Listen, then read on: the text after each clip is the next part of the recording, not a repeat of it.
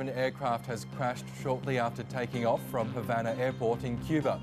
The plane reportedly had 104 people on board.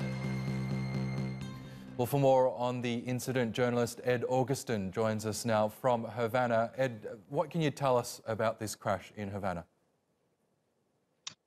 So the crash took place slightly less than 3 hours ago from Jose Marti Airport, which is the main international airport in Havana. It was an internal flight flying from Havana to Holguin, which is a city in the east of Cuba.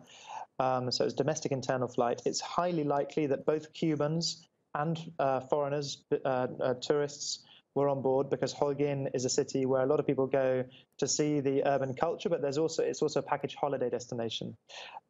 So far, no body count has been released, but Cuban media have reported that there are at least 3 survivors. The images that Cuban media are relaying show that no more than 1 minute after the plane took off, it crashed. Huge plumes of black smoke, but it looks like there will be survivors, because parts of the wreckage is completely black and twisted, but other parts, you can see part of the airplanes, I believe it's called fuselage, if my primary schooling serves me correct, is intact. So this is being closely followed by the Cuban media. The Cuban president is there with survivors, as are emergency services, and Cuban media right now are relaying images of some survivors being whisked away from the scene by emergency services. And what sort of an aviation safety record exists in Cuba? Are crashes common or more unusual incidents?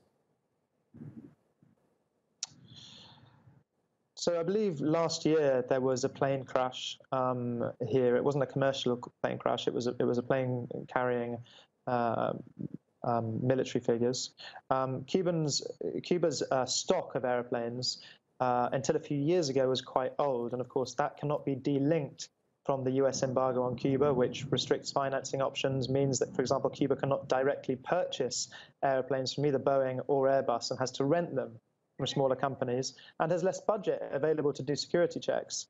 So the country is not famed for air crashes, but it's clear that the stock until recently has been fairly old.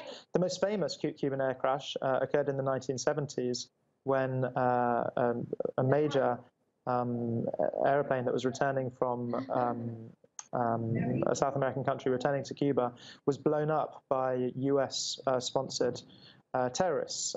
George Bush Sr. was the head of the FBI at the time, had prior warning that this was going to take place, didn't inform the Cuban authorities. So plane crashes are very much in Cuba's mind, but we'll see how this story develops.